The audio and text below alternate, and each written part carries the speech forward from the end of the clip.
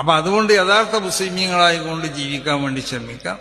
നമ്മൾ വേറൊരുത്തനെ എന്തെങ്കിലും നിലക്ക് അത് ഏത് മാധ്യമങ്ങൾ, വാർത്താ മാധ്യമങ്ങളിൽ കൂടിയാണെങ്കിലും, ഫേസ്ബുക്കിലാണെങ്കിലും, അതല്ലെങ്കിൽ മറ്റു വല്ല നിലക്കാണെങ്കിലും ഒന്നും നമ്മൾ ആരെയും അങ്ങോട്ടും ഇങ്ങോട്ടും ആക്ഷേപിക്കണ വാക്കുകൾ നമ്മൾ ഇന്നുണ്ടാവാൻ പാടുള്ളതല്ല.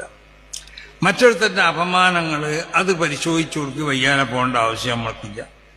എന്നിട്ട് അത് പറഞ്ഞ് ചിരിക്കുക. ഞാൻ ഇന്നലെ പ്രസംഗിച്ചതുപോലെ അങ്ങനെ അപമാനങ്ങളെ ആരെങ്കിലും പരിശോധിക്കാൻ വേണ്ടി നടന്നാൽ അള്ളാഹു അവന്റെ സ്വകാര്യ ജീവിതത്തിൽ ഉണ്ടാവുന്ന തകരാറുകൾ അള്ളാഹു പരിശോധിക്കുന്ന.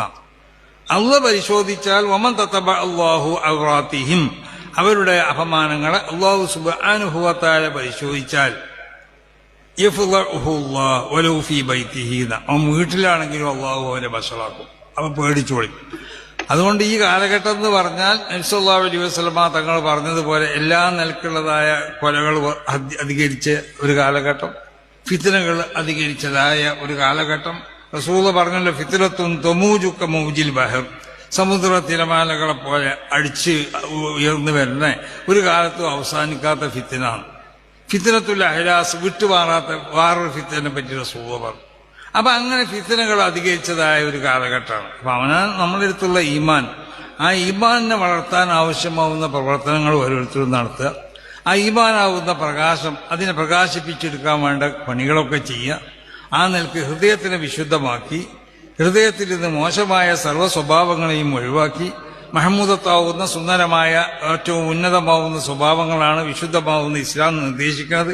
ആ സ്വഭാവങ്ങളൊക്കെ പൂർണ്ണമായി ഉൾക്കൊണ്ടുകൊണ്ടിട്ട് നമ്മുടെ എല്ലാ പ്രവർത്തനങ്ങളും മാതൃകയാക്കാൻ വേണ്ടി സമസ്ത കേരള ജമീയത്തുൽ ഉലമയുടെ പണ്ഡിതന്മാരും അതിന്റെ പ്രവർത്തകരും അതിന്റെ സാദാത്തുകളൊക്കെ അതിനുവേണ്ടി അവരുടെ ഓരോ സമയവും ഉപയോഗപ്പെടുത്തണമെന്നും ഈ സംഘടനയ്ക്ക് വേണ്ടിയുള്ള ഖിദ്മത്തിന് വേണ്ടി നിങ്ങളൊക്കെ തയ്യാറാവണമെന്നും ഇനി വരാൻ പോണ ഈ 2026 ഫെബ്രുവരി ആദ്യവാരത്തിൽ 4 മുതൽ 8 വരെയുള്ള ദിവസങ്ങളിൽ നടത്തപ്പെടുന്ന ഒരു അന്താരാഷ്ട്ര സ്വഭാവമുള്ളതായ ഒരു വലിയൊരു സമ്മേളനമാണ് നടത്തപ്പെടുന്നത്.